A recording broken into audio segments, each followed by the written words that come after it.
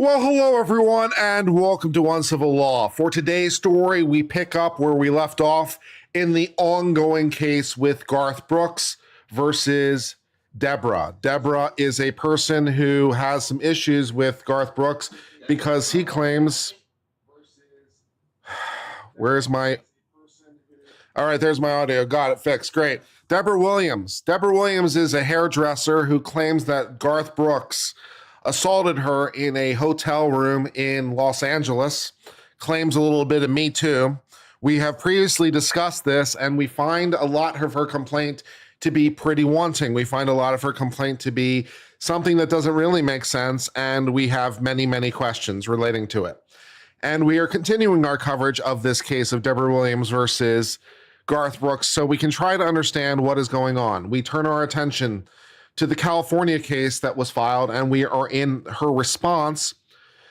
This was filed in November of last year. We are not doing this in real time. We just pick it up from time to time as we have time in the calendar to pick things up. So we are just continuing our coverage piece by piece, and we are in the Central District of California from this filing in November relating to the case of Jane Roe, who is Debra Williams. That's her name.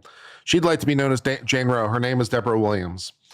And versus Garth Brooks in Debra Williams' motion or response to the motion to dismiss. She'd like the case to not be dismissed very much. And so we're going to read her response and comment there too. So let's go ahead and continue with our ongoing coverage. All right, all right, here we go. Plaintiff Jane Roe, and for the remainder of this filing, I'm going to call her Debra Williams because that's her name. So every time it says Jane Roe, I'm going to say Debra Williams. Plaintiff Debra Williams respectfully submits this memorandum of law in opposition to the motion to dismiss the complaint filed by Garth Brooks. For reasons that follow, the defense motion should be denied in the entirety. Okay, so here's what you need to know, and I'm sure they're going to tell you a little bit about this, but basically what happened is Garth Brooks filed first. He filed in her home state in federal court on a declaratory judgment. Debra Williams threatened him, said, I'm going to sue you. She made a threat, I'm going to sue.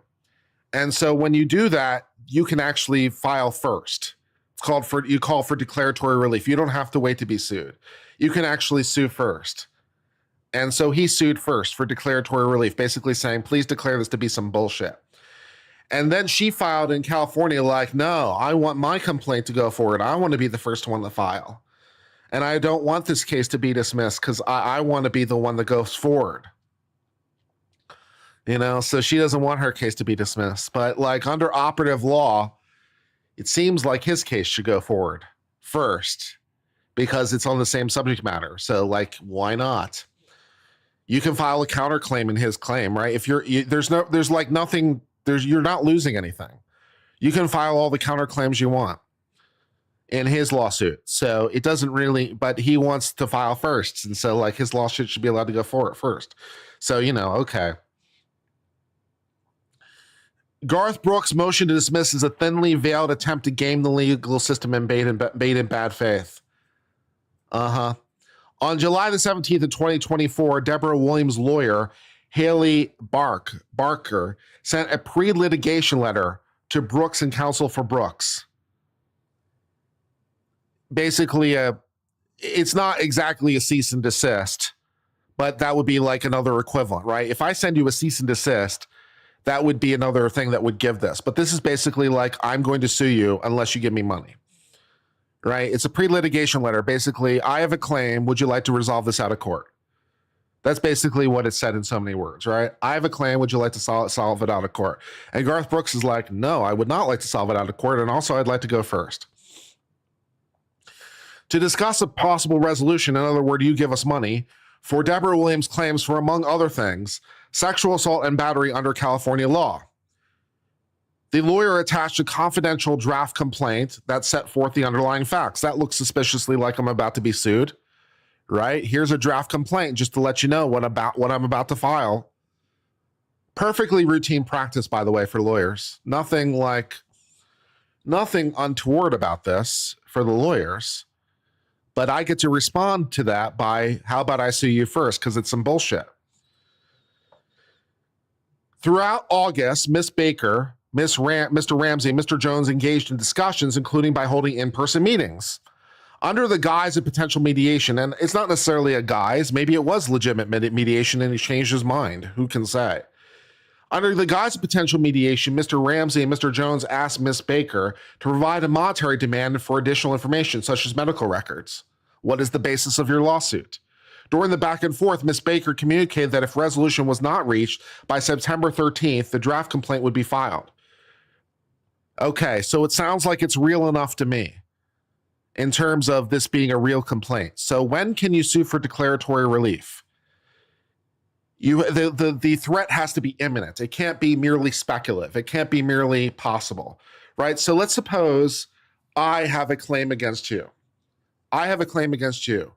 You have wounded me. You have harmed me in some way. You know that this is coming in some sense, right? You know that there's a potential threat out there, right? From me. Okay, can you sue me first? Well, no, not in the abstract. You can't sue me first. I need to do something first. I need to make that real. I need to change it from potential, hypothetical, to real. And one of the ways I can do that is by sending you, for example, cease and desist notice. I can send you a notice that says I'm going to sue you. And when does it become real enough? When is real enough? Well, if you don't do it by date X, I'm going to file this draft complaint that I've prepared and given to you. Seems like it's real enough to me. So yeah, it works for me. Seems real enough. So if you don't do this by September 13th, I'm going to sue you. Okay. So on September 9th, Brooks's lawyers emailed and asked for more information. Reasonably, Baker believed negotiations were ongoing. It was shocked to learn that they had filed a complaint on September the 13th, which was the deadline. Right? They filed first on September 13th. Like, okay. I mean, the deadline is hit, so we're going to sue. Cool. Brooks's bad faith sham action is nothing more than a forum shopping maneuver meant to preempt Roe as the promised complaint and deny her access to anti-slap. Okay.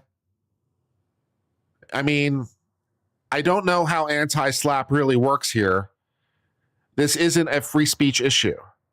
Anti-slap deals with typically people threatening you because of your speech, right? I don't like the mean words you said. I'm going to file a defamation claim. Anti-slap is meant to solve that problem. It's like, no, I actually have free speech. Your defamation claim is bullshit. My free speech is free speech. I get to go first and I get to sue you and I get money, right? Anti-slap is really built for a First Amendment freedom of speech claim. This doesn't really have anything to do with speech. This has to do with assault and battery. So I'm not really sure how anti-slap comes to it in any respect, but okay. And also, why? Yeah, I don't know. And also, it doesn't make sense because she doesn't need anti-slap because he's going first. So it doesn't even make sense, right? Because, okay, you're denying me access to anti-slap by disallowing me to file in California. Okay. So let me make sure I understand this correctly. You're concerned that if you file in California, I, Garth Brooks, will file an anti-slap. And then or I'll file a slap, basically. And then you'll file an anti-slap. But like he's going first. So he's not going to file that. So you wouldn't want the anti-slap as the plaintiff. The anti-slap is for the benefit of the defendant. Anti-slap is for the benefit of the defendant, right? You sue me for the mean words I said on the YouTube. You sue me for the mean words I said on the YouTube. I respond with an anti-slap as the defendant and say, no, that's some bullshit. They were just mean words. They're not defamation. They're my freedom of speech. Go to hell. Right? So anti-slap is to benefit the defendant. If she filed first, why does she need anti-slap? And he filed first. So he's not looking to dismiss. So I don't really understand how anti-slap really comes into this picture. I don't get it quite. Maybe there's something I'm missing here about the anti-slap. I'm not really quite sure how anti-slap comes into the picture. when he's not seeking to dismiss. Okay, I don't really quite get it. Brooks filed an abusive preemptive lawsuit in Mississippi. On September 13th, Brooks filed John Doe versus Jane Roe, which is Debra Williams, in the U.S. District Court for the Southern District of Mississippi, where Miss Williams lives. I sued her where she lives. General jurisdiction. You can sue somebody where they live. So like, and plus it's like a convenient forum for you because you live there. I don't live there. You live there. So it's more convenient for you than for me. So, I mean, this is the weirdest venue choosing ever. Like, this is a very weird, I'm choosing the venue motion when I'm suing you where you live. That's very weird to me. Brooks's complaint was filed under 28 U.S.C. 2201, despite him knowing there's no judicial controversy. I disagree. There was a threat. It was made real. Seems judiciable. Brooks falsely alleged a controversy exists about whether the claims asserted by Roe for sexual assault were untrue. Brooks had to utilize 28 U.S.C. 2201 because he knew the only claims for relief he could possibly allege were compulsory tort counterclaims arising from Miss Roe's asserted cause of action for sexual violence in the soon-to-be-filed California action, and thus would be barred before a federal district court in Mississippi. Well, I suppose that's true in so much as if she had filed first, any counterclaim that he would have would almost certainly have to be attached to that action in the name of judicial efficiency. Like whoever gets to go first, like all the things that are related to that case typically have to be filed as part of that action. So if you have any claims from anywhere, they have to typically be filed as part of that lawsuit so that we only have to do this once. So it's true that if she had gone first, any counterclaim he would have to be filed there. That's true. I'm not necessarily sure he would have any counterclaims, but he doesn't have a counterclaim here. He has a claim in declaratory relief. He has a cause of action in declaratory relief, which is a cause of action unto itself. The very fact of the lawsuit has given me a cause of action.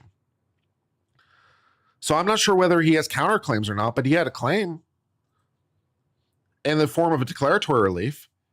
Brooks has raced to the courthouse to file first in Mississippi, a forum he believed would be more sympathetic to him in California, in part because Mississippi does not have anti-SLAPP.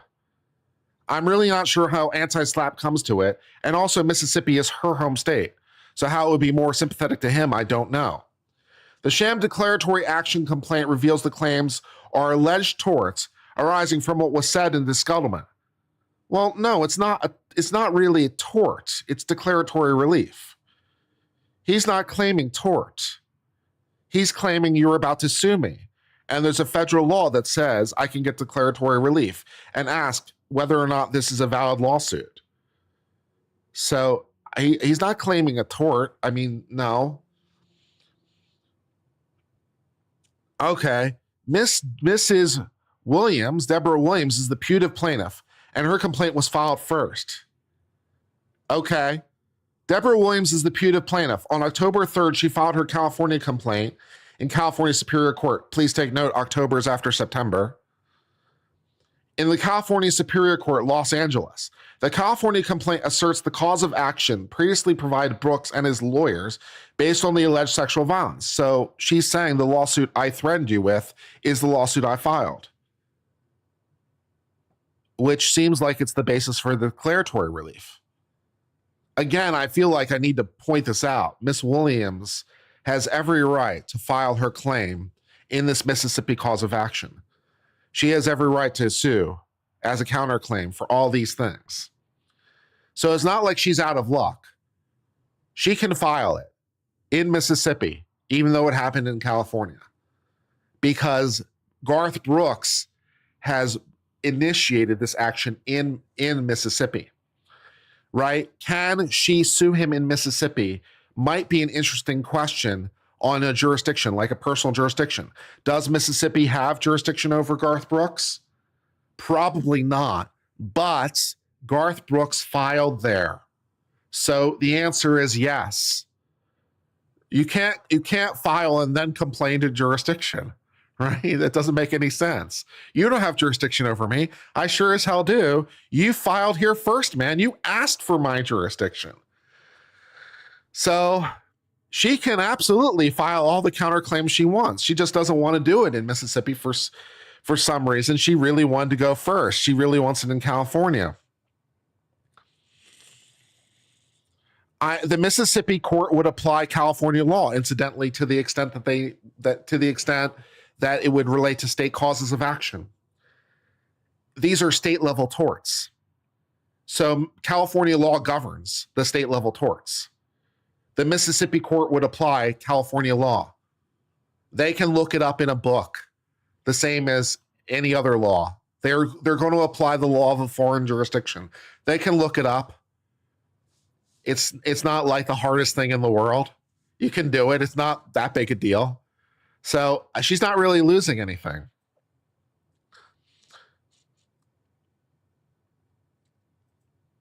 That I can see. There's differences in procedure. I'll give her that much. There's differences in procedure because she's governed by federal procedure as opposed to state level procedure. So that is one difference. How much difference it makes, I don't know, but I mean, I guess. And maybe state level judges would be more sympathetic to her cause of action than a federal judge, but that's just tough luck. As the primary events took place in Los Angeles, yes, not a single act occurred in Mississippi. I agree. But he's suing you on declaratory relief, and you live there. There can be no greater example of compulsory counterclaims than Brooks's alleged defamation and intentional infliction of emotional distress claims against the woman who sued him for sexual assault. Well, they were counterclaims, but now they're claims. Or maybe they're counterclaims. I'm not sure. Either way. What's shocking, however, is that once Brooks made sure he was the first to file on time, which kind of gives up the game, as soon as Miss Rowe filed the California action and the caption to read, Jane Roe versus Garth Brooks, Brooks amended his complaint to remove Jane Roe and replace the pseudonym with her full name, which he had absolutely every right to do. That was a big F around and find out moment by Debra Williams. That was a big F around and find out, right? Garth Brooks tried to be courteous. He didn't have to be. He tried to be courteous. He filed it as John Doe versus Jane Roe. He's like, I'd like my writs adjudicated and I'd like it to be kept private to protect us both. Now, whether or not he can do that is a whole nother set of problems, right? Would he be able to keep it John Doe versus Jane Roe forever, right? There's a whole bunch of rules relating to that, but he tried. So whether or not he'd be able to keep it John Doe versus Jane Roe is a whole nother set of problems, but he tried. He's like, I'm going to protect my name and I'm going to protect your name. Then Debra Williams sued him as Jane Roe versus Garth Brooks, making no attempt to keep his name private. And so he's like, okay, well, if you're going to expose my name, I'm going to expose yours. I'm not afraid of the truth. And then Debra Williams got on a bunch of hussy fit about the whole thing because her name was exposed. But he was the one that was choosing to keep the name private. And she could have filed, incidentally, in Mississippi for a protective order. She could have said, I want my name to be under seal. She could have filed for protection, but she didn't file for a protective order. So there was nothing keeping her name secret except Garth Brooks' choosing to do so. So he's like, okay, well, I'm going to expose it because I'm not afraid. Okay, you can do that. So, fair enough. Incredibly, Brooks thereafter amended his complaint a second time to remove the request for relief under 2201, which is an entire sham basis for pleading a judicial controversy in federal court. Apparently, Brooks believes the court overseeing the Mississippi action will fail to notice he abandoned the only possible basis for commencing the Mississippi action, as well as overlook the fact he failed to plead a single cause of action, much less pursuant to Mississippi statute or common law. Well, that's not why he's suing. As a result of Brooks' bad faith and underhanded vindictive tactics, on November the 4th, Miss Rowe filed an omnibus motion in Mississippi to dismiss the complaint or for judgment under completing or for transfer. The court should not reward Brooks for his bad ploys and deny his motion to dismiss in its entirety.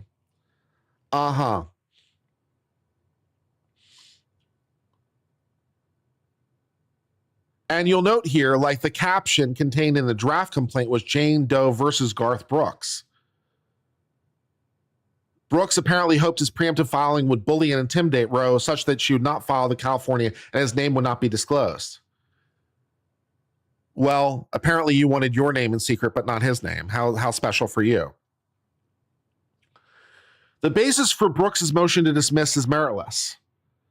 Brooks's motion to dismiss is based on incorrect characterization of the Mississippi action as first filed, which it was, and then which he uses to wrongly assert that Miss Roe's California action is duplicative of the Mississippi action. It is. Under this false premise, Brooks says that Roe, Debra Williams, California statutory and common law claims are compulsory counterclaims that must be litigated in Mississippi. They are. That's the cause of action. They're all related to that thing. They seem like compulsory counterclaims to me. In the alternative, Brooks asked this court to stay this action pending Mississippi's action resolution. Under well-settled California precedent, Brooks' motion fails completely.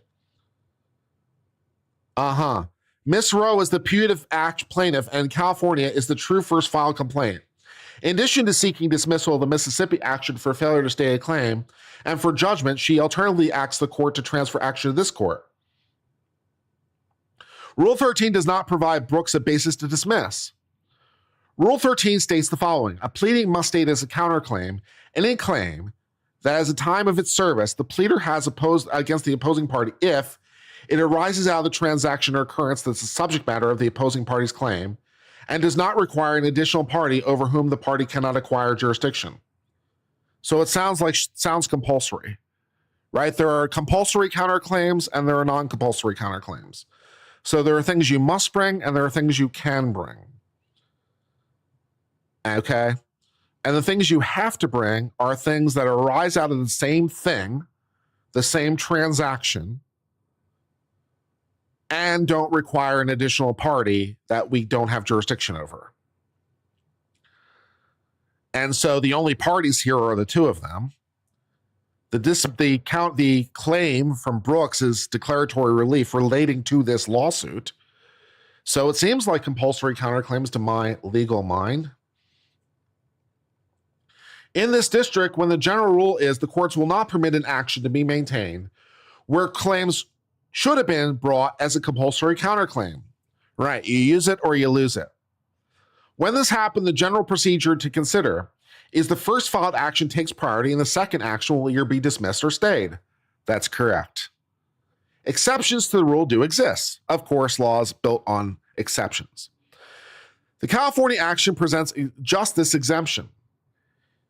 And then they cite a case from a district court I'd like to take note. As you can see in the citation that follows, it says Cyanide versus Ford Motor, Central District, California. Central District, California. So you're citing district level courts for this proposition, which means it's non-precedential. District courts don't set precedent, or at least not binding precedent, I should say. It's persuasive authority. It's not binding authority. It's not from the Court of Appeals. It's from a district court. And district courts aren't even bound by themselves because who would bind them, right? District courts who they don't even bind themselves because they're the lowest tier on the totem pole. So some district courts have opined the following, which is not binding authority. It's well understood the circumstances in modern judicial reality, however, may demand we follow a different approach from time to time. That is, the court may in its discretion rely on equitable grounds, such as where the following of the first suits evidence bad faith, an anticipatory suit, or forum shopping to determine whether to depart from the first rule. Yeah, I don't know that any of those things really work here, but okay. So we cite some district level authority in California, which is not binding authority, that says even where first to file doctrine thresholds are met, the court may decline to apply the doctrine pursuant to equitable exceptions such as bad faith, anticipatory suits, forum shopping, and a balance of convenience weighing in favor of the later filed suit. When a court finds evidence of bad faith, which I'm not sure how this qualifies as bad faith, anticipatory suit, it's a motion for it's declaratory relief. It's not too premature, right? An anticipatory suit in this context would mean a suit that's too premature. It's not yet ripe. And so I talked about this a little bit earlier when we talked about declaratory relief. When is it real enough? When is it real enough that you can file for declaratory relief? So that's what they're talking about in an anticipatory suit. They're talking about a suit that's come too early. But this suit was about as real as it gets, right? It's hard to imagine a suit that's much more real, except one that's filed. It's like, I've provided you a draft complaint. I have given you a date on which I'm going to file it. Give me money, right? So it's hard to imagine how it gets much more real. So it's not an anticipatory suit. It's not bad faith. And as to forum shopping, I'm suing you where you live. So I don't really know how any of those things apply off the top of my head, but okay. But if those things were true, it could probably be considered second filed, which I guess makes sense, right? So sometimes you file first, but it isn't real. But this is real, so I'm not sure how any of these things apply. District courts can, in the exercise of discretion, dispense with first file for reasons of equity. This is the situation before this court. The motion to dismiss must be denied and Roe's action should proceed expeditiously. Use of the declaratory action statute is a red flag that Brooks is improper anticipatory lawsuit. Well, no.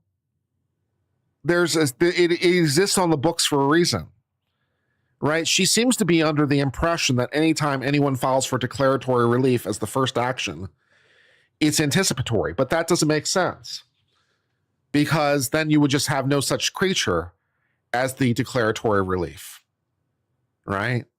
I mean, if all declaratory relief lawsuits were anticipatory, then you wouldn't have a statute that sort of contemplates it.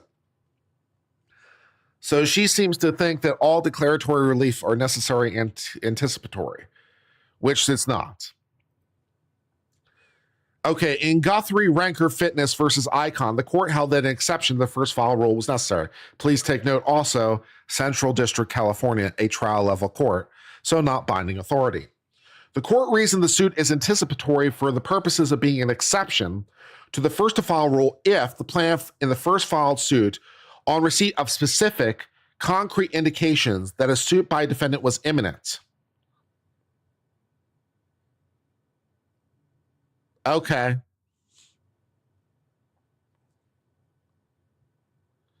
It noted that courts look at declaratory judgment actions filed in this context with heightened suspicion.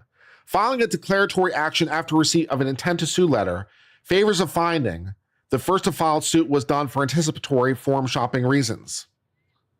I mean, as a factor, maybe. As a factor, I suppose, but is it real enough? So is it possible for me as a lawyer to send you a letter that says that there could be a lawsuit, but it not be real enough? Is that possible? I suppose it's possible for me to send you a letter that doesn't make it real enough for you to file. But, we're not in that situation, it doesn't seem to me. Citing some more district level authority. Declaratory judgment actions filed in response to discussions seeking settlement and threatening imminent litigation are disfavored when there's a second filed action that seeks coercive relief on the same claims. Okay. I mean, all right. The case of how am I supposed to pronounce this? The case of Zoxide. The case of Zoxide versus versus Ford is directly on point. In Zoxide, the Ford Motor Company had sent Zoxide a cease and desist letter claiming Zoxide had violated Ford's trademark rights. After a series of exchanges between the parties meant to facilitate settlement, Zoxide filed a complaint in the Central District of California, which sought declaration that it had not infringed. Shortly after being served, Ford filed its own suit in the Eastern District of Michigan, Ford's choice of forum, alleging Zoxide had infringed the same marks. That court held the record unambiguously established that Zoxide's complaint was filed anticipatorily and for forum shopping purposes, and therefore dismissed it even though it had been filed first. The court noted that Zoxide was warned from the outset that failure to execute the agreement and comply with the terms by litigation. Ford had provided Zoxide with specific concrete indications that the Ford suit was intimate. Since Zoxide promptly provided timely responses to each of Ford's letters and engaged in negotiations and settlement discussions, Ford postponed filings, believing a settlement could be reached. Then, without providing notice, Zoxide filed declaratory relief. I will give it to Debra Williams' lawyers that this case seems on point. So this case seems like it's on point. If she's correctly reciting the case, right, it sounds very similar to Garth Brooks' case, the way that they're describing it. I have questions relating to whether or not she's faithfully describing the prior case. And I do take note still that it's from a district level and therefore not precedential. So it's only persuasive authority, but it is on point. It appears to be on point. So I'll give her that much. Ford attempted to minimize needless litigation and resolve the dispute amicably by negotiating a resolution outside litigation. Zoxide responded by secretly filing a lawsuit in Los Angeles, while giving the impression to Ford's representative it was making best efforts to negotiate. This case is near identical factual record to Zoxide, and we might have to pull up this action if I can. So we might extend this stream and read this case from this case, because I'm interested how close it is. It sounds close. And of course, this is what you'd want to do as a lawyer in response to this. You'd want to read it and you'd want to see just how close is it? Can I distinguish? Can I distinguish? Or are they not making a faithful recitation? Or can I distinguish? Or otherwise, how do I deal with this authority? So we might read this and see whether or not, see how close it is, and we can think like a lawyer together. It might be fun.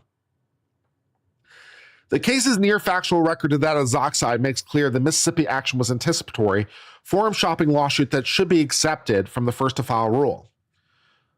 Can I even pull this case?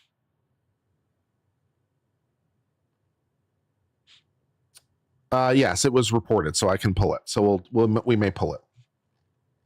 Okay. This case, nearly identical factual record to that of Zoxide, makes clear that Brooks's Mississippi action was anticipatory forum shopping lawsuit that should be exempted. On July 17th, counsel for Miss Rose sent a letter to Brooks that set forth the underlying facts supporting Miss Brooks' viable legal claims and contained a confidential draft complaint which was attached and included Rose's underlying factual allegations and asserted cause of action for sexual assault and battery.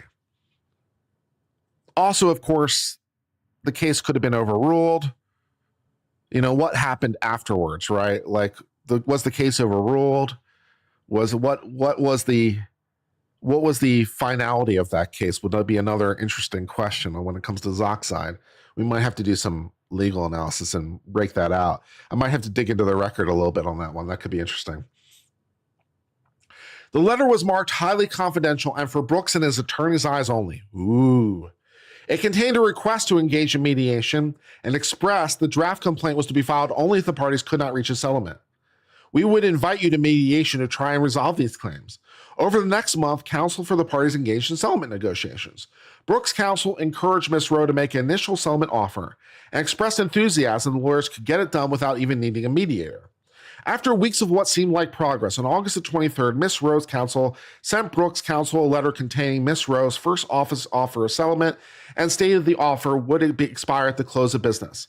On September the 9th, after Miss Rowe's counsel followed up, Brooks' counsel emailed they wanted to see more medical records with additional evidence to support the claim. Miss Rowe's counsel wrote in response that further evidence and medical records would not be provided unless Brooks made a good faith showing he intended to settle. Well, without the medical records supporting your claim, all right. The term good faith showing was defined to include a first offer of settlement. Why would I make an offer of settlement without seeing a support of your claim? All right. It's like, I was injured. It's like, well, can I see proof? Make me an offer. It doesn't really quite make sense to me, but that's what they wanted. A first offer of settlement, an agreement to mediate, and or similar exchange of information from Brooks. I'm not even sure what that would be in the case of Brooks. Like, what kind of information do you want? right? It's your injury. It's your injury. What information do you want from me? Miss Rose, Debra Williams' counsel made made attempts to get in touch with Brooks's counsel in the following days. At around 4 p.m. on September the 13th, Brooks's counsel informed Rowe that they'd filed the Mississippi action earlier that day. Brooks followed, how am I pronouncing this again? Zoxide? Brooks for now followed Zoxide's playbook to the letter.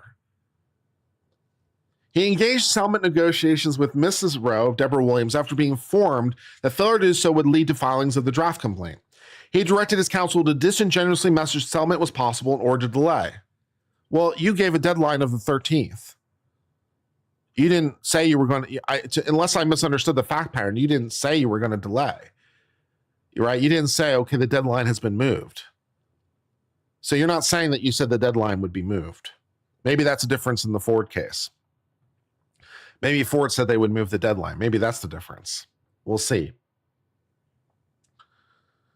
Ford's reasons for postponing litigation were bolstered by the fact. So yeah, so that might be a difference, right? It seems like Ford said, we're going to sue you by this date. And then they changed their mind. And then they changed their mind. So maybe that's what made it not real. Maybe Ford said, okay, we're withdrawing that threat. And now there's no date certain, right? So if that is the difference in Zoxide, then that makes sense. And Ford initially gave a deadline, it seems, and we'll read the case to see if this is true. Ford initially gave a deadline. There were some negotiations. If Ford withdrew the deadline, maybe that was sufficient to make it not real. But it doesn't sound like Williams ever withdrew the deadline. She's not saying I moved the deadline. She's not saying I withdrew the deadline. So that sounds like that might be a point to distinguish.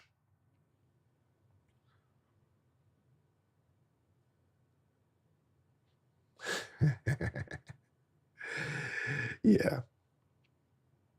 Okay. Brooks' lawyers invited Baker to have an in-person meeting, which they did in Nashville. And thereafter, they repeatedly asked for more information to support the claims to be sent to them, including an email request on the 9th that Brooks was presented with specific concrete indicators by a suit that Roe was imminent. He then raced to the courthouse on the meeting at the morning of the deadline, using 28 U.S.C. 2201 to say that Roe's threat to file a lawsuit had given rise to a justiciable contrary between the parties, entitling Brooks to declaratory judgment. Brooks now seeks to dismiss or stay the action on the grounds his Mississippi action was filed first. His motion, like Zoxide, focuses solely on the general first-to-file rule. All the cases he relies on in support of his motion are inopposite, which is to say off point, because they do not address the equitable exceptions in the first-to-file rule. As such, the cases are easily distinguishable and not controlling. Brooks broadly alleges in a footnote there's no exception to the compulsory counterclaim rule for first-to-file actions perceived to be maliciously motivated. But the exception for anticipatory actions is exactly that, and several cases in this district have dealt with the issue, citing some more district-level authority, in which a court found the first filed Massachusetts declaratory judgment action was anticipatory and equity mitigated in favor of allowing the second action to proceed. Brooks does not even attempt to frame the Mississippi action as non-anticipatory, or that was based on judiciable controversy. Well, no, he's saying it's judiciable because it's real. As in Zoxide, this court should consider Brooks's failure to address the equitable exception. Every time they say Brooks, I think of Darrell Brooks. It's polluted my mind. Darrell Brooks apparently lives in my mind rent-free. That is the situation I'm at. Apparently, in my own mind, between Garth Brooks and Darrell Brooks, apparently Darrell Brooks is the more famous one. That's disturbing, because every time I read Brooks, I think Darrell Brooks. That sucks. Darrell Brooks is apparently more famous to me than Garth Brooks. I hate my life. Moving on. As in Zoxide, this court should consider Brooks' failure. At some point, I'm going to call Garth Brooks Darrell Brooks. It's going to happen. I don't know when it's going to happen. It's probably going to happen pretty soon. Help me. Help me. Should consider Brooks's failure to address the equitable exceptions to the first to file rule as a concession that he cannot do so. He cannot do so because the record is clear. If Brooks did not make a good faith showing by the close of business on September 13th, that Miss Rowe would file the complaint in California. That's an incomplete sentence. This is the exact situation in Green Planet, which is an unreported case from the Central District.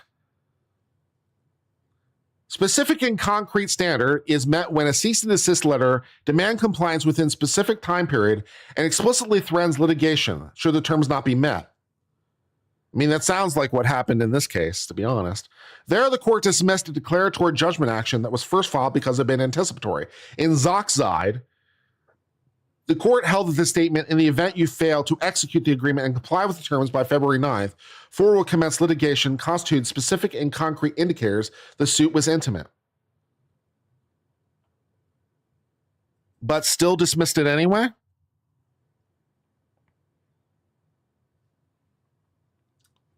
My curiosity about Zoxide continues. So you're telling me that in Zoxide, the district court said it was specific and concrete, but still said, no, not so much? Okay. Why? Why did the district court say that? My curiosity about Zoxide is continuing. Similarly, the court in Case Swiss versus Puma ruled identically to the decision in Zoxide. Again, district court case, unreported. And also, it's it's unreported. You know that, by the way, because it has this like Westlaw citation as opposed to like F3rd or F2nd or something. When I say it's unreported, it's 2009 Westlaw, WL.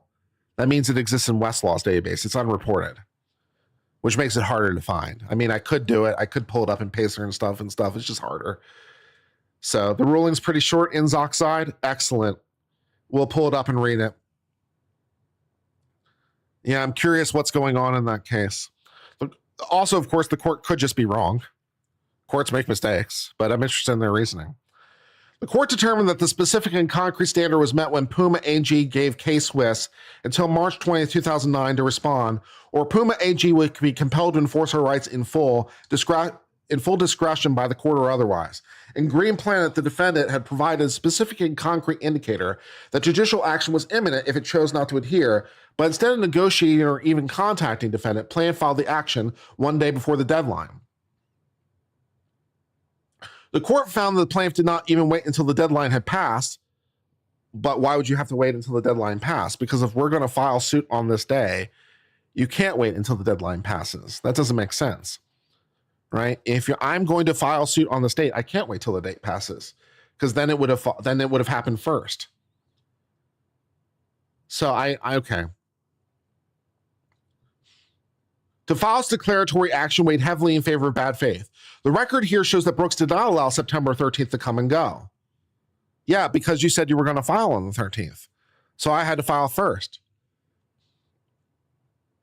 Explaining bad faith is evident when the plaintiff in the first action induces the other party to rely in good faith on representations made by the plaintiff. It will not file first in order to preempt the other party from filing. Well, okay, that makes sense. Sort of, right? So, but to see the difference there is, in this case, Williams didn't say, I'm not going to file, right? It didn't induce Williams to do anything, at least according to Williams. Williams is the one writing this.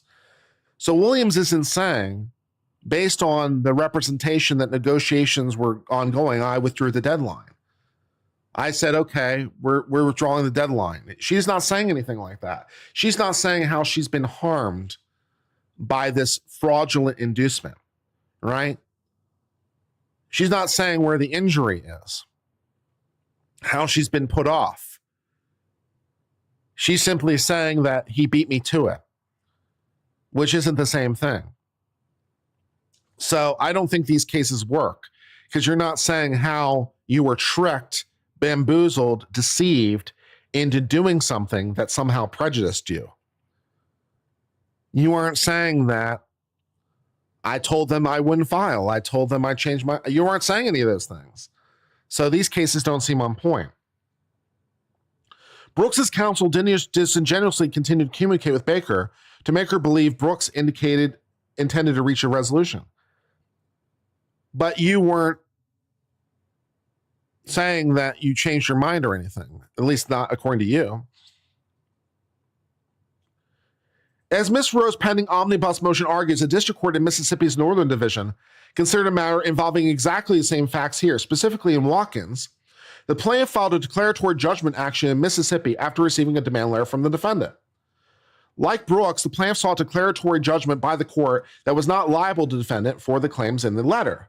After being served with the complaint, the defendant filed its own lawsuit in North Carolina, which essentially alleges the same facts and asserts the same cause of action in the demand letter. After applying relevant Fifth Circuit factors applicable to declaratory judgment action, the court held that the exception to the first to file rule applied because defendant was the true injured party and should have the opportunity to choose a forum in which to pursue its claims. It's interesting to me, incidentally, that you don't even cite the Fifth Circuit case. So that's interesting to me and also a bit of a concerning tell. So you're like, and this is also a district level case, but you don't cite you're like, well, there's controlling Fifth Circuit authority. Well, then, you should probably cite that. I mean, this is a California court, but he filed in Mississippi in the Fifth Circuit. So if the Fifth Circuit said this is some bullshit, right, for an action that's filed in the Fifth Circuit, then arguably the Fifth Circuit decision is controlling authority. Because you're trying to determine the legitimacy of of filing in the Fifth Circuit. So you're trying to determine whether this action filed in the Fifth Circuit is legitimate or not. And so arguably Fifth Circuit authority is controlling authority in this situation, despite the fact it's a California court. So but you don't even cite the Fifth Circuit case. You just cite the district level case, which is a weird choice to me.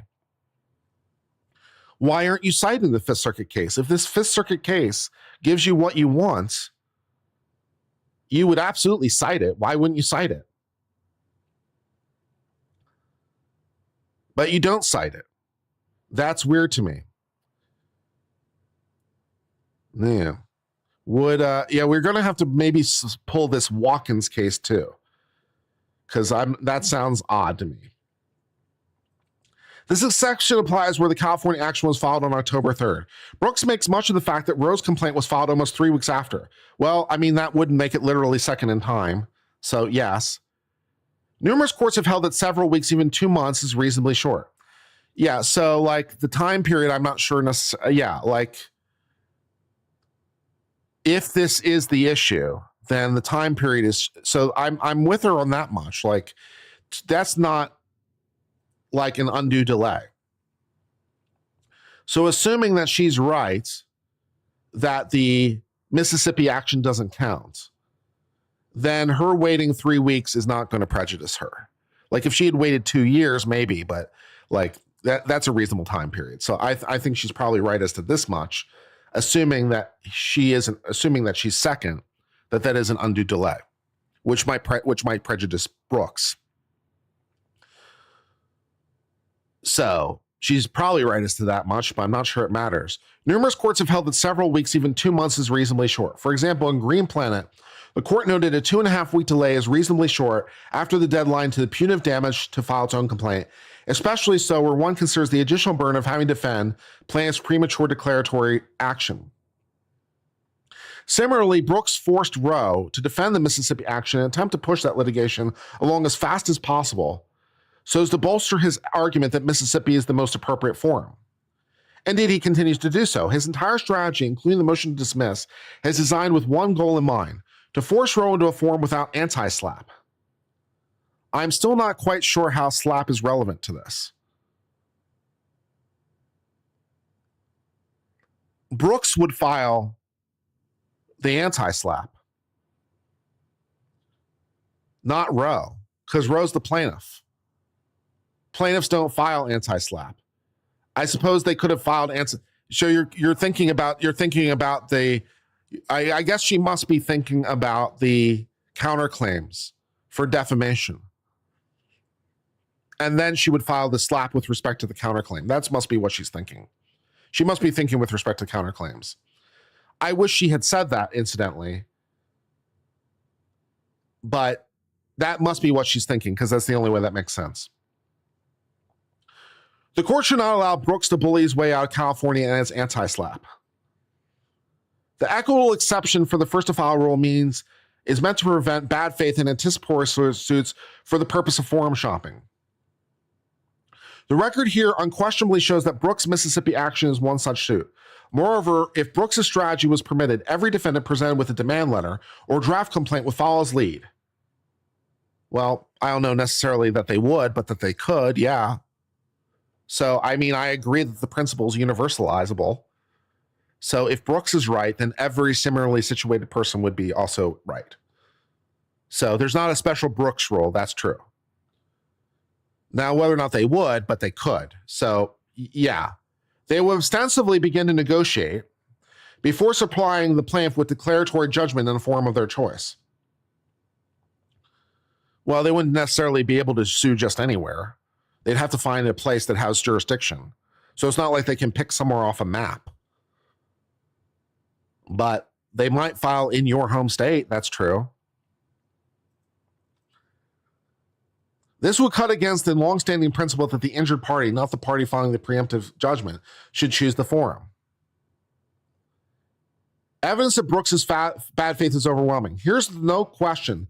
The exception to the first to file rule is proper. As set forth in the declaration sent by Baker, at all times, Brooks and counsel engaged in conduct meant to induce Rowe to believe he intended to file. Yeah, but if it was meant to induce, but did it induce? Right? Did it induce? If it didn't induce you to do anything, then what does it matter? Right? You're not defrauded unless you buy into the fraud, right? Attempted fraud is a criminal action, but attempted fraud isn't a civil thing, right? So if you try to defraud me and I catch you and I'm not injured, then I can't sue you. Now, I can turn around to the police and say, would you be interested in prosecuting this attempted fraud? Because it's illegal. But I don't have a personal cause of action because I have no injury. No injury, no action, right? So if you try to sell me this Rolex, and for you, my friend, special price, $300. And I'm like, I can't help noticing that it doesn't say Rolex on the dial. It says Folex on the dial, right? I'm not interested. Did you commit a crime? Yep. But do I have a cause of action against you civilly? No, not in that fact pattern.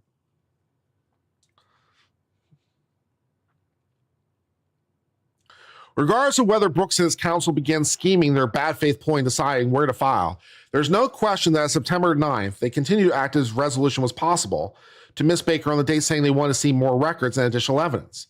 Although counsel made multiple attempts to reach Brooks' counsel, their efforts were ignored, and about 4 p.m. on the 13th, Brooks' counsel told they filed. Brooks did not wait for the date to pass. Well, they couldn't because you said you were going to file on the 13th. You said that was the deadline. Or even if the deadline was the 14th, that we filed the day before, so you couldn't file in the morning. It's like we did wait till the last day. It's about as real as it's going to get, man. It's about as real as it's going to get. Because Mrs. Rowe had moved to Mississippi in 2021 and Brooks resided in Tennessee, using diversity, Brooks selected the federal court in Jackson to commence the action. Seems like a pretty good choice. Brooks knew that Rowe's cause of action was timely because she was relying on California's Sexual Assault and Cover-Up Abuse Act. No one is disputing whether or not it's timely or not. That's not the issue. Brooks hasn't said it isn't timely. He said it's bullshit. A law unique to California governing the relevant statute of limitations. And further, these causes of action are not based on Mississippi law, but include claims pursuant to California law, the Bain Act, and some other stuff. While federal district courts regularly apply law from other jurisdictions, again, like, we can do this. We can do this. The court can, put aside the Mississippi books and open the California books. To the extent they're applying California substantive law, California's rules apply. California's judgments apply. California state law applies.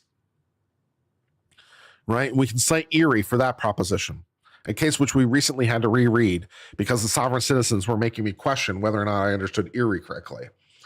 But yeah, you can file your suit under California law in this Mississippi cause of action, and the court will apply California law. They will open the California books and they will read. Yeah, no problem. And sometimes states do this with respect to other states, incidentally. That can sometimes happen because sometimes you have a cause of action in a different state, and sometimes it happens in state court too. So, judges sometimes apply the law of other jurisdictions. It happens. We can do it. We have the technology. While federal district courts regularly apply law from other jurisdictions, Brooks further his collusive efforts. Collusive. That word strikes me as odd right now. My brain is like not quite accepting that's a real world word. Collusive efforts. I know it's collusion. It's just collusive is striking me odd. Collusive efforts by failing to identify a specific single cause of action under Mississippi law in the complaint. This is obvious on the face of the complaint in Mississippi. Yeah, so he's in a conspiracy. Yeah, who's he colluding with, incidentally? Yeah, apparently his lawyers are engaged in collusion, which I suppose to some degree that's true. I mean, you do collude with your lawyers. It just happens to be legal. Yeah, I mean, it reminds me of that like very old canard, like the prosecution is going to charge the defense lawyer with accessory after the fact, because obviously the defense lawyer is trying to assist a known criminal, trying to provide aid and comfort and all the rest to this known criminal. And so let me charge the defense lawyer with accessory after the fact, right? Right? No, it's like, no, it's no. I appreciate your effort and all, but no. No. Having the draft California complaint for sufficient time, Brooks and his counsel knew the relevant law provides ample recourse by which to defend herself against counterclaims they wish to assert. Well, the California procedural law. The procedural law provides recourse. So that's why she's grumpy. She's grumpy because she can't apply the California procedural law with respect to the counterclaims. Apparently, she feels that the procedural law under the federal rules of civil procedure are not as generous to her. Despite knowing she would file in California, Brooks subverted her right to file in California under California law, including to avail herself of anti-SLAPP, which again, really, I wish she had just once said it was anti-SLAPP with respect to probable or with respect to counterclaims, because it took me a while to figure out why is she talking about anti-SLAPP. Like, what doesn't make sense?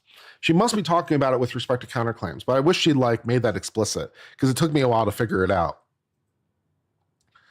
A note to their lawyers for later, right? A note to their lawyers for later to put that in next time. Accordingly, he opted not to file there either, even though Miss Rowe performed work by Brooks while she was a resident of Tennessee, not Mississippi. Well, it doesn't matter. You live in Mississippi now. So I can sue you in Mississippi now, right? It doesn't matter that she worked for him while she lived in Tennessee. You live in Mississippi now, so I can sue you there because it's general jurisdiction. Evidence of Brooks's vindictiveness and bad faith motivation is evinced by his further intentional outing of Rowe's identity immediately after she filed in California. Well, you outed him, man. You outed him, and then you want to whine about it. She filed in state court on October the 8th, Brooks amended the complaint, whereby he removed Jane Rowe as defendant, inserted her true identity, who's Debra Williams. Her name is Debra Williams. Her name is Debra Williams. Brooks did this with no warning. Why would he? And while his own motion to proceed anonymously was pending before the court in Mississippi. Yeah, he withdrew it. You didn't file for protective action. Oops. He withdrew his motion. Oops. Right, his own motion was pending. It's his motion, which means he can withdraw it. Guess you should have filed for protection action. Oopsie doopsie. This caused Roe to file an immediate motion with expedited briefing and in-person appearances. Although the court has placed that action under seal, thereby preventing public access to the identity, which, because I have the complaint, I have it, didn't really work. Her name is Debra Williams. I have the complaint. Her name is Debra Williams. And now it's true, the court has put the entire docket under seal. So we can't see what's happening in the Mississippi action. But I still have the documents from when it wasn't under seal. The retaliatory nature of Brooks' filing the amended complaint is obvious. This conduct is more evidence of bad faith. However, further evidence of the sham nature of Mississippi action, why cannot be considered first filed with Brooks, inexplicable motion of 28 U.C. 2201 is now the operative complaint. Well, since I can't see any of the stuff in the Mississippi complaint because it's under seal, I don't know whether or not he's withdrawn it, and I don't know what basis he's continuing on. It's like, you mean he withdrew 2201? That doesn't make sense to me. Now, I assume you're not lying to me because a lawyer would not explicitly lie. Lawyers don't lie if they're good lawyers. Lawyers don't lie. They won't tell you something that's not true. They will withhold information from you. They will color things, but they won't out and out lie. So you're telling me that they dropped 2201. It's like, well, I really wish I could see the Mississippi cause of action because I'd like to first determine for myself that's true because it seems odd. And second of all, I'd really love to know what his basis for continuing is because I'm not sure what basis that would be anymore if he dropped 2201. I'm not sure what basis he would have to continue. But I really wish I could see the Mississippi cause of action, but it's under seal, so we can't do legal analysis, and that's annoying. Brooks knows he has no basis to file in Mississippi, but he did anyway. Once the California action has been filed, Brooks amended his complaint and simply dropped the grounds for judicial controversy as if the court would not notice. Okay, well, I'm sure the court would notice. I mean, courts usually kind of are not that dumb. I mean, courts make mistakes, but you would expect the court to notice. I'm dropping my cause of actions tends to be a kind of thing the court usually takes notice of. And if not, you can certainly bring it to their attention if the court missed something. We all make mistakes, but, In sum, far more than attempting to gain tactical advantage was involved in the Mississippi action. He wanted to deny the right to utilize anti-slop that was in place for use of Californians by use of individuals asserting claims that took place in California. You want to say counterclaims, not claims, but okay. At all times, the conduct exhibited by Brooks was abhorrent and should not be ratified by relying on the general rule. Currently, Roe's omnibus motion to dismiss for judgment on the pleadings and to transfer the court is pending. The omnibus motion will be fully briefed in December. Accordingly, Ms. Roe, Debra Williams, asked the court to deny Brooks's motion to dismiss and allow this action to proceed in a normal course. There's no basis for stay as Brooks has requested, given the omnibus will be fully briefed. Lastly, Doe's complaint, Ms. Williams' complaint, herein provides more than enough factual detail to give defendant fair notice of the claims and the grounds upon which it rests. I mean, that's not the issue. He knows why you're suing him. He knew that from the draft complaint, why you were suing him. He's not confused as to why you're suing him. He thinks it's bullshit. So notice is not the problem. It alleges that Brooks violently raped Roe, Debra Williams, and repeatedly sexually harassed her over a number of years. The complaint is unquestionably plausible on its face. Well, I don't know about that. You alleged certain things about certain things that he did to you physically that seem problematic at best. But for the purposes of our current discussion, we'll spot you it. Sure. Let's say it's plausible. We'll spot it for you. Although Brooks mentions dismissal under 12b6, he devotes not a single sentence in his memorandum of law as to why Rowe's cause of action fails to state a claim. Well, he wouldn't file it here.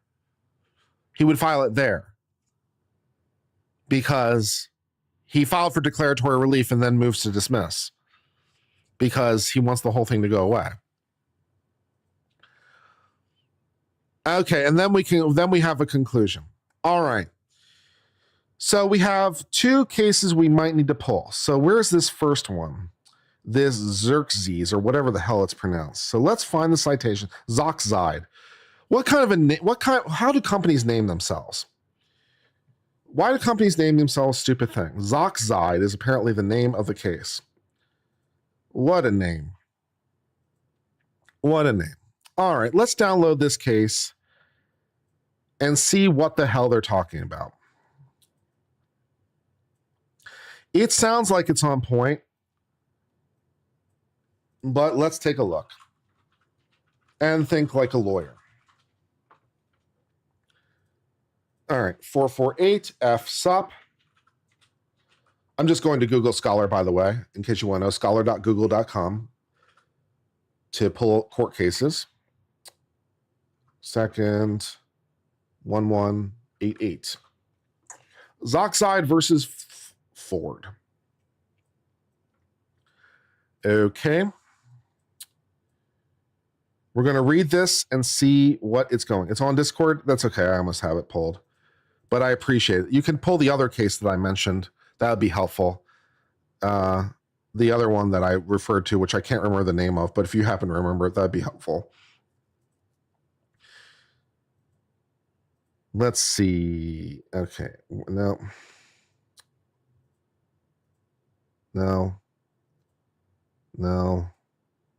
Hold on. The other one's been pulled? Excellent. You guys kick ass. All right. See, my mods are ahead of me. And they're doing good work. They kick ass. All right. So let's read this Zoxide case and see what the hell they're talking about. Zoxide versus Ford. Memorandum in order regarding defendant motion to dismiss. All right, from the district judge. All right, on April the 3rd of 2006, Zoxide, doing business as mustangtuning.com, filed the suit in court seeking declaration that Zoxide business name, web address, telephone number, products, and practices are not infringing. Okay. Zoxide's complaint files a series of exchanges between the party initiated by January 26, 2006 cease and desist letter from Ford to Zoxide, explaining to Zoxide that it was infringing on the trademark. Shortly after being served with the complaint, Ford acted upon the alleged infringement that were not amicably reserved, and on May the 16th, 2006, it filed suit against Zoxide in the Eastern District of Michigan, its choice of forum, alleging trademark infringement of the same marks involving the same parties. Ford now seeks to dismiss Zoxide's action in this court on the grounds that Ford is the true plaintiff since it's a holder of the plaintiffs at issue, or the trademarks at issue. Ford sent Zoxide various cease and desist letters and engaged in protracted settlement discussions with Zoxide in an attempt to effect a non-judicial resolution of the dispute. All right. Ford sent Zoxide various cease and desist letters. Okay. An attempt to effect a non-judicial resolution. Okay. However, during settlement talks, Zoxide preemptively filed suit in this court to ensure its choice of forum would prevail. Because the court concludes that they were initiated in anticipation of Ford's litigation and was a clear attempt to deprive Ford the natural plaintiff's forum, the dismissal was granted. We need to know more things. Since at least 2003, Zoxide has used the website mustangtuning.com to distribute performance parts and accessories.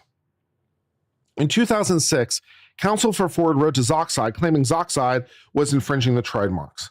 Ford specifically alleged that Zoxide had allegedly misappropriated the world-famous trademark Mustang in its internet domain name, Mustang Tuning, in violation of anti-squatting law. Misappropriated the Mustang trademark and business name, wrongfully incorporated the trademark or variant thereof in its vanity phone number, 188-STANG-GT, cute, was a manufacturing, marketing, advertising, or distributing wheels bearing confusingly similar variation of the trademarks. Ford ended the letter with a demand for production for information, including the number of products used or bearing the trademarks, gross revenue, the period for the products were sold, and identification of retailers. Additionally, Ford requested payment of damages, Zoxide surrender of all relevant marks, and promised to refrain from marks in the future. Ford stated the resolution was possible either through compliance with terms of the attached proposed settlement by February 9th or through litigation where Ford will seek all available remedies. As Ford wrote, in the event you fail to execute the remedy and comply with the terms by February 9th, Ford will commence litigation against you in order to obtain injunctive relief. Right? So again, that seems kind of like the same thing that's going on here with the Debra Williams case, right? In the event that you fail to comply with this date, we're going to sue you. So the first thought in my mind is, well, that seems real enough to me, the lawyer. Right? The first thought that seems my mind is like, that seems real enough. So let's see what's going on with the district court. Okay. Let's see what else happened. Counsel for Zoxide sent a timely response on the 8th. In the letter, it denied any liability and addressed each of Ford's allegations. Zoxide rejected Ford's claim that the web address, business name, and vanity phone number infringed. By the way, for the purposes of just like the trademark analysis, not that we really need to get into it, but we could get into the idea of nominative fair use. Okay. And that we don't really have to get into the discussion, right? But I'm using your name because I have to use your name to describe what it is I'm doing, right? I tune Mustangs. That's what I do. So there's no other way for me to describe that, right? If that's my specialty, like just assume the premise. My specialty is tuning Mustangs. That's exactly what I do. I don't tune other cars, just the Mustangs. I'm all about that Mustang tuning life. That's what I do, right? So it's like, how do I describe that without using your name? And I can't really do it, right? How do I describe that without using your name? So the first thing that comes to my mind is nominative fair use as a defense. As to whether or not that would work, we'd have to do a whole thing, right? A whole thing. And it would get down to like, is it confusingly similar? Is the consumer confused? Blah, blah, blah, and so forth and so on. But if you're wondering why they're able or why they think they're able to use the term Mustang, nominative fair use is probably why. But that's probably what's going on. Is it nominative fair use or not? That's probably what's going on. Zoxide maintained the wheels at issue are fair use, but agreed to remove and destroy the center caps that have the insignia, which Ford regards as confusingly similar to the Cobra logo. Fair enough. Zoxide was apparently prepared to send the caps into compliance with the demand. Okay. Ford responded to the letter on March 9th and devoted most of its correspondence to criticizing the contention and reasserting his trademark claims. Ford is not all about that nominative fair use life. Okay. Ford noted Zoxide's agreement to cease and desist from sale of center caps bearing counterfeits of Ford's trademarks, but reminded Zoxides that Ford sought full compliance with the terms of the proposed agreement. Ford again invoked prospect of litigation. Ford demands the resolution of this matter are unchanged. Please advise your client this letter constitutes our final attempt at resolving this matter. If you intend to comply with Ford, please record an executed copy by March 23rd. Otherwise, we'll have no choice. So Ford moved the deadline at least once. Okay. As before, Zoxide responded on 23rd before expiration of the deadline. The brief letter reaffirmed Zoxide's position with response to liability and also indicated the letter was a confidential settlement discussion and offer. In addition, Zoxide noted Ford that the center caps were being sent and agreed to change the allegedly infringing vanity phone number in another attempt to comply. Finally, Zoxide requested 2 to 3 business days to complete its consideration request regarding the domain name and business name. Okay. On April the 3rd, Zoxide filed suit in the Central District of California seeking declaration. The name, web address, telephone number, and center caps did not infringe. Zoxide failed to serve Ford with the complaint until May the 3rd. 4 days after filing the complaint, Zoxide completed its consideration and wrote Ford explaining its conclusion. Zoxide again refuted the names and refused to comply. Okay, on April 26, 6 days before receiving service, Ford sent a final notice of its suit to May 11th. All right, so we notice right away, what's going on, right? We see what's going on in terms of this. And we can distinguish. We can distinguish. So for me, the lawyer, I distinguish. It's like, oh, okay, I understand what's going on. Ford is threatening to sue Zoxide. Zoxide says we're willing to do this. Ford sends a letter back. Zoxide says we're willing to do this. Ford sends a letter back, and so forth and so on, right? So that seems potentially non-equitable because they didn't say, like, right away, we're suing you, right? They said, we sent you a letter, right? We're sending letters back and forth even after we filed suit. Right? So that is distinguishable to my mind. And so we can read the analysis, but like, right, the issue is the equity of the situation. Okay. So the court may rely on equitable grounds such as anticipatory suit, bad faith, or form shopping. So for me, bad faith seems a little bit more on point here. Anticipatory suits are found where the plaintiff in the first filed of receipt of specific concrete indications that the suit by the cert was intimate are viewed with disfavor, as example, form shopping. In addition, where a declaratory judgment has been triggered by cease and desist, that both parties seek settlement and notify the parties of possibility of litigation, equity mitigates in favor of allowing the second action to proceed. So the fact that there was maybe the fact that there's an attempt to negotiate, maybe that's the thing. Where district court identifies this, it may in its discretion dismiss. So it's a discretionary issue. The record outlined above, particularly in the ongoing settlement, unambiguously establishes that it was anticipatory in method of form shopping. Zoxide was warned from the failure to execute the agreement by a specified deadline would result in litigation. Zoxide responded in letters on or before each deadline if Ford, and here's the key for me, delayed resort to judicial resolution during negotiations. So that's the thing, like Ford delayed it and Williams did not. So Williams can't say I was tricked or I was induced. Ford's reasons for postponing litigation were bolstered by the fact with each correspondence, Zoxide inched closer to accepting the request.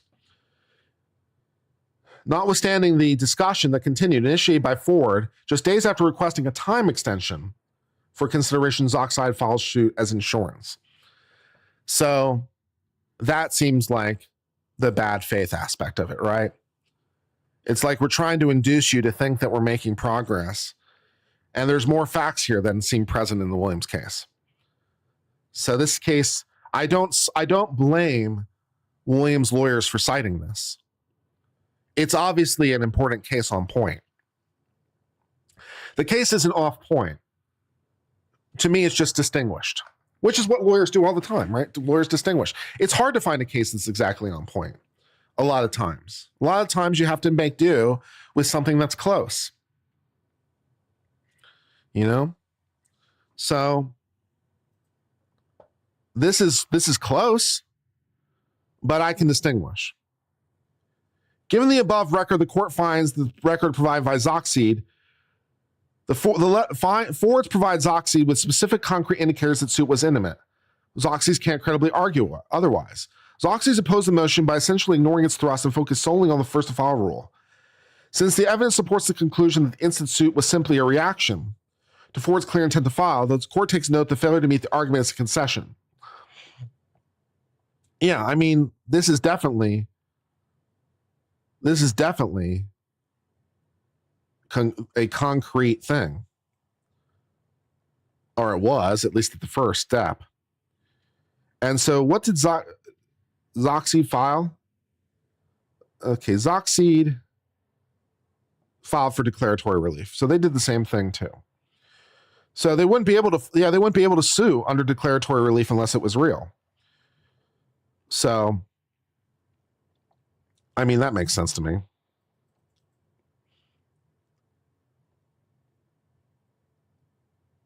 Given the above record, the court finds it provided with a notice that was imminent. Zoxide can't credibly argue otherwise, and you wouldn't even want to argue otherwise because then you wouldn't have a basis to sue. Because you need to be real in order to have a basis to sue.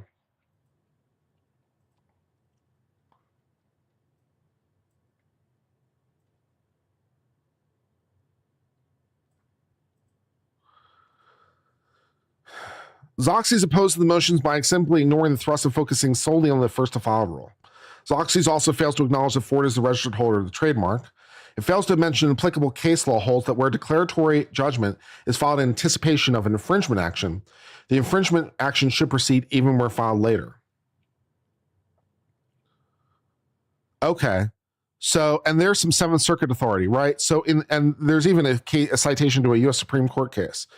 So, in the event of trademark infringement, it seems like there's some case law that says you can't use declaratory relief in a trademark case.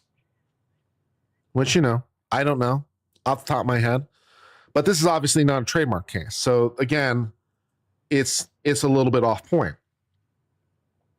Here, this owner of the marks, Ford attempts to minimize needless litigation, resolve the dispute by negotiating a resolution. Zoxy responded by secretly filing a lawsuit while giving the impression to Ford it was making its best effort. The undisclosed lawsuit remained unserved while they pretended to continue with litigation in a good faith effort. And that for me is like the issue. Like the good faith aspect of it is the problem. That's the problem. It's like there was a good faith problem because they continued to negotiate, but that didn't happen here, right? They didn't file suit and then continue to negotiate. That didn't happen here.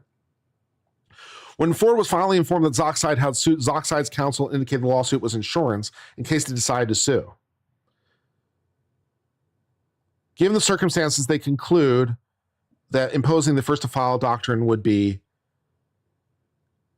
yeah. So, I mean, for my money, I can distinguish that case. All right, let's read the second case and see what this second case is about.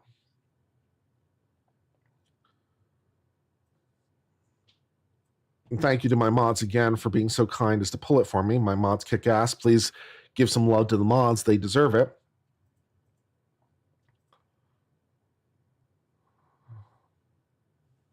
The mods are the best. The best around. Nothing ever gonna keep you down.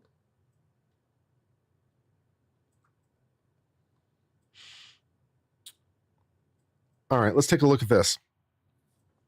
See what this says. Walk-in strategy versus the Learning Together company. All right, let's see. This case arises out of an alleged contract between Watkins and Resource Group. Oh, that's their name. Watkins and Resource Group and defendant, the Learning Together company. Watkins Strategy is a Mississippi limited liability company that provides lobbying and marketing services. Watkins is an attorney who resides in Jaskins, is a lone member of Watkins Strategy. Learning Together is a North Carolina company. After a meeting in 2004 with David Watkins and Robbie Williams,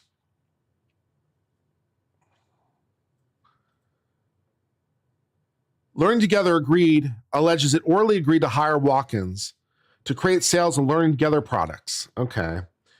Watkins Strategy, on the other hand, contends it enters into a written consulting agreement to perform lobbying activities. Learning Together denies any knowledge of an unsigned written contract. Okay.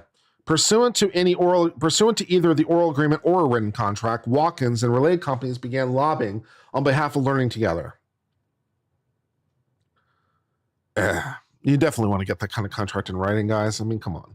Learning Together, however, is not satisfied with services and terminated its relationship with Watkins and their company at some point in the spring. In September 2005, Learning Together sent a demand letter to Watkins outlining various claims Learning Together believed it had against Watkins and the Watkins law firm.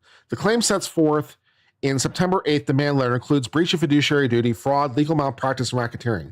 Demand letter also warns Watkins and related entities that Learning Together would file suit in North Carolina if settlement was not reached. On December the 8th, Watkins Strategy filed this declaratory judgment against Learning Together in the Circuit Court of Mississippi, essentially seeking declaration by the court that it did not breach the written contract and is not liable. After being served with the complaint in Mississippi, Learning Together filed suit in North Carolina, naming defendant and other entities. The North Carolina action essentially alleges the same facts and asserts the same cause of action. Learning Together removed, which is to say transferred, the Mississippi action to the court on the basis of diversity. The North Carolina action was also removed to the United States District Court. On February the 7th, Learning Together filed a motion to transfer venue. In its motion to transfer, Learning Together contends the court lacks personal jurisdiction, seeks transfer of venue to the Middle District of North Carolina. Subsequently, Learning Together filed its motion to dismiss. Learning Together urges in its motion the case should be dismissed because it filed in anticipation. All right, the court must first decide whether the motion to dismiss was timely raised. Watkins Strategy argues the court should not consider the motion to dismiss because it's essentially a motion to dismiss for improper venue under 12b-3. Because Learning Together failed to raise the issue along with its earlier motion transfer, with motion for lack of personal jurisdiction, Watkins Strategy reasons that Learning Together has waived the right to bring the motion to dismiss. Yes, some of the motions to dismiss have to be brought at certain times. Some of them have to be brought as the first thing. Some of them don't. But some of those things, if you don't bring it as the first thing, they're gone. So they're like, oh, you didn't bring it as the first thing, so it's gone. The court, however, does not believe the letter filed motion to dismiss is the equivalent of a Rule 12b-3 motion.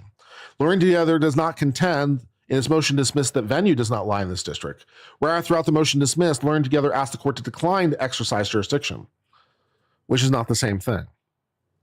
Right? We're not saying venue isn't proper. We're asking the court to not give its jurisdiction. So those are different issues. Venue and jurisdiction are different issues.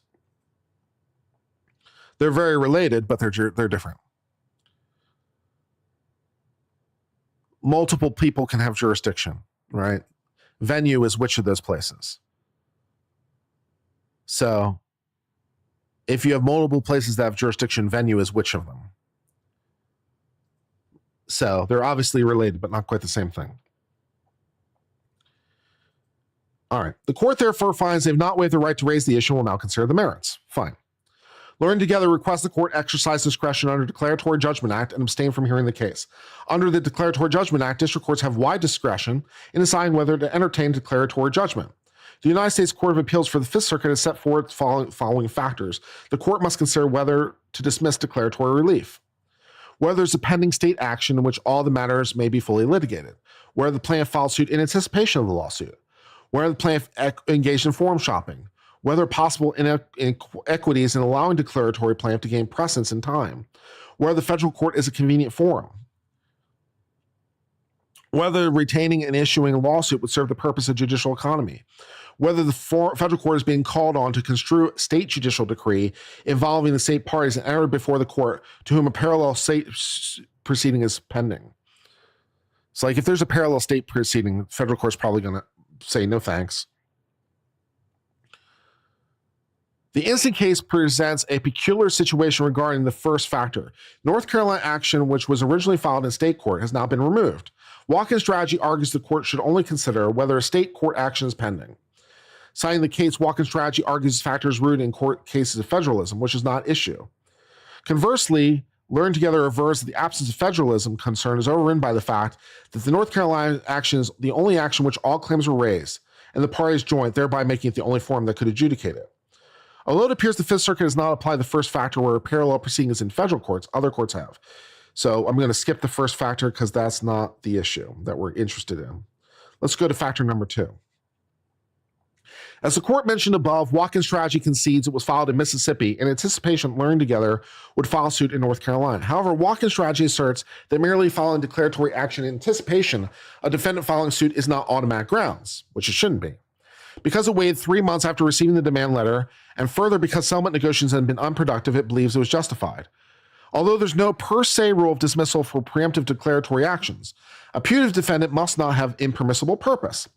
Avoiding a multiplicity of suits, seeking determination of rights where litigation has been looming, and where expiration of a statute of limitations is pending are all accepted reasons for filing declaratory relief. The Fifth Circuit, however, has warned that using a declaratory judgment action to raise res judicata or change forums is thoroughly inconsistent with the purposes of the Declaratory Judgment Act. Okay. In the case of Barr, Watkins is not facing a multiplicity of suits and does not argue the applicability of statute of limitations will soon expire. Further, it does not appear from the evidence presented that the parties that Learning Together might have indefinitely delayed filing a lawsuit against Watkins. Thus, the court is not persuaded that Watkins Strategy faced such a prolonged uncertainty regarding its potential liability. Instead, it seems if the lone motivation of Watkins' strategy and following declaratory action was gaining a tactical advantage over learning together, which is not a permissive reason to file the lawsuit. Because Watkins' strategy filed the declaratory action in anticipation with no acceptable reason, the second factor supports it. And concluding the action was filed in anticipation of learning together, the court has essentially determined Watkins' strategy participated in forum shopping. The Fifth Circuit has explained that anticipatory filing is one aspect of forum shopping. Watkins nonetheless argues that the choice in Mississippi was not forum shopping because North Carolina was the only alternative forum, and it was not rational to ask North Carolina to apply Mississippi law. Well, I mean, they can. It's not that big a deal. Although Mississippi may very well be more appropriate, Watkins, as a punitive defendant, does not have the right to make the determination. Whether Mississippi or North Carolina is a better forum should be decided by the putative plaintiff. Whether the federal forum is convenient, that would be neutral. Whether the lawsuit would serve the purposes of economy, and grant the motion to dismiss. So, I mean, this case is kind of on point. This case is on point. I think there's one big difference here is that in this case, there was no deadline certain, it seems. Right? There was no deadline certain. In this case, they were having a dispute and there were letters going back and forth. And they said that there could be a lawsuit, but there doesn't appear to have been a date certain. So I think that factor sort of goes the other way. So, I mean, for my money, both these cases cited by Debra Williams' lawyers are on point. And I absolutely would have cited both these cases, Debra Williams' lawyers. 100% would have cited both these cases. So good job by Debra Williams' lawyers citing these cases. They're both on point. I just think you can distinguish both. And that's basically what I would say. I would say the cases are an opposite because in this situation, we had a date certain. They weren't induced to change the date. We filed on the last possible day before they said they were going to file. And so, so forth and so on. And so, I mean, that's sort of how I would do the analysis. But of course, it is an issue of discretion, to be honest. It's an issue of discretion by the court. And, obviously a court could decline to have jurisdiction because, for any number of reasons, not the least of which would be, the availability of their docket. So, that's what I think. So I think that will wrap us up for today.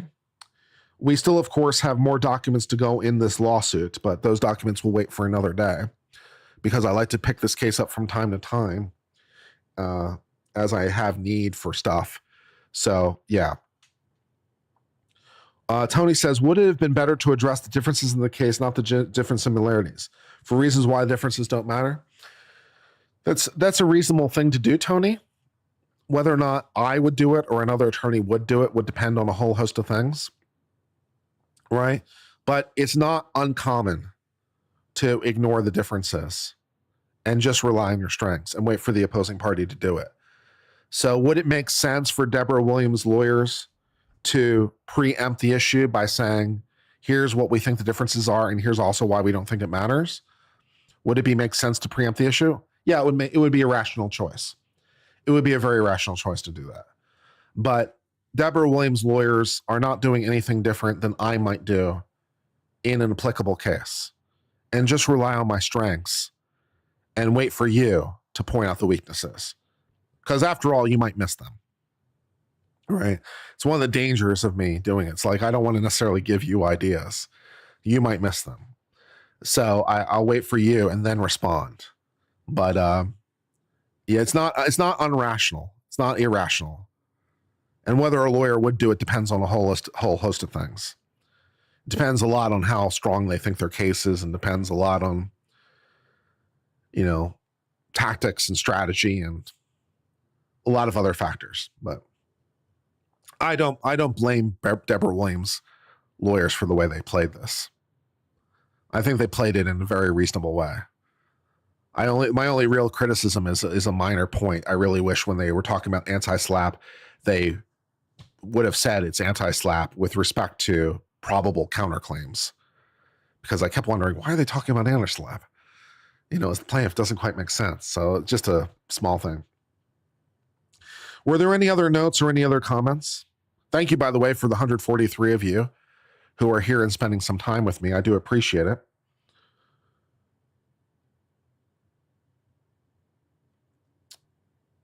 Are there any other comments, questions, concerns, thoughts? I'm honestly slightly surprised that only 143 people are tuning in. I mean, it is Garth Brooks. I would have imagined the name would have carried more weight, but you never know what people will like. So, what can you do? I'm going to keep covering it anyway because I think it's interesting. I'm going to keep covering it because I think it's interesting. You have to rewatch from the beginning? Yeah. I hope you enjoy it. It was a good stream. I had fun with it. It is, in fact, also Friday. That's a fair point. It is Friday. Everyone's checked out. That's a fair point. Very fair point. It is, in fact, Friday. Any reasons why Debra never swore out a criminal complaint? I don't know whether or not. Well, I mean, there are a lot of reasons that people don't file criminal complaints, as I'm sure that you well know, especially when it comes to sexual assault. So, you have to assess these things based on their merits. There are a lot of reasons that victims might not necessarily file a criminal complaint. But, for me, it's just more like what she says happened doesn't really make sense. She said that he held her upside down and was, holding her, shaking her upside down, and her glasses remained on. It's like, I don't know, man, those are some strong glasses. Plus, he's in his 50s. And so, could he really pull that off? I mean, damn. So all those things. Essay is complicated.